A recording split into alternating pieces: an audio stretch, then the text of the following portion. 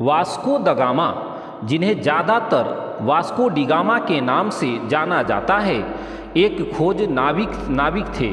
उनका जन्म 1640 में पुर्तगाल में हुआ था। वे पहले व्यक्ति थे जिन्होंने अफ्रीका महाद्वीप का चक्कर लगाकर यूरोप से भारत पहुंचने में सफलता हासिल की थी।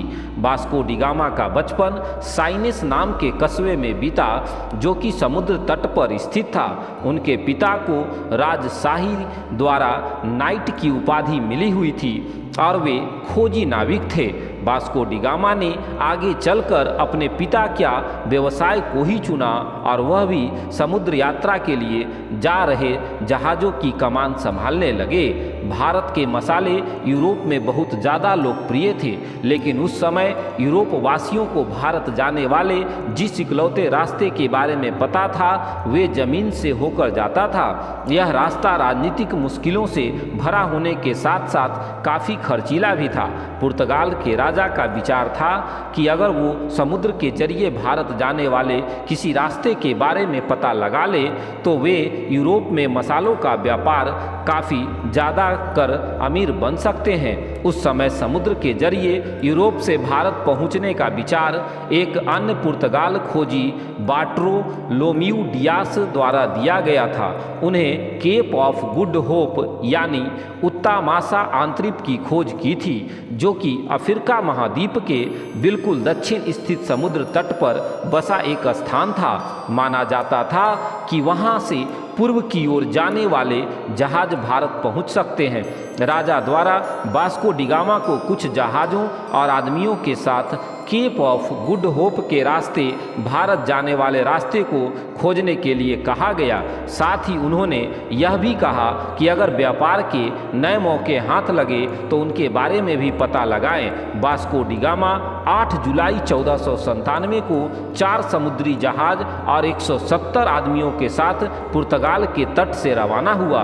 पहले वो दक्षिण के तरफ केप ऑफ गुड होप की ओर गया और 22 नवंबर को वहां पहुंच गया।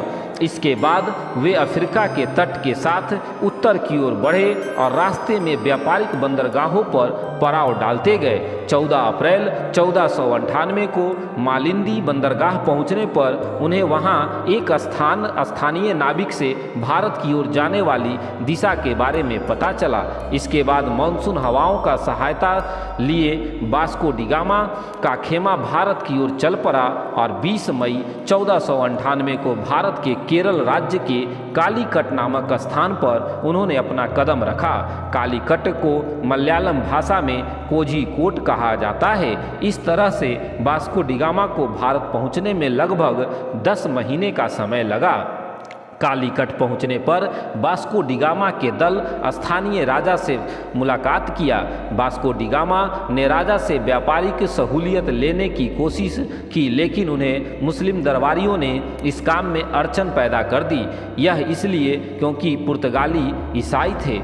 अगस्त 1498 में वास्को डी गामा ने अपने देश की ओर वापसी का रास्ता पकड़ लिया, लेकिन वापसी का यह रास्ता विपरीत मौसम के वजह से काफ़ी खराब रहा और उनके दल के आधे से ज़्यादा व्यक्ति बीमारियों के वजह से मारे गए। लेकिन देश वापस पहुंचने पर वास्को डी गामा का जोरदार स्वागत हुआ, क्योंकि उन्हें जिस काम के लिए भेजा गया था वो उन्होंने पूरा कर दिया।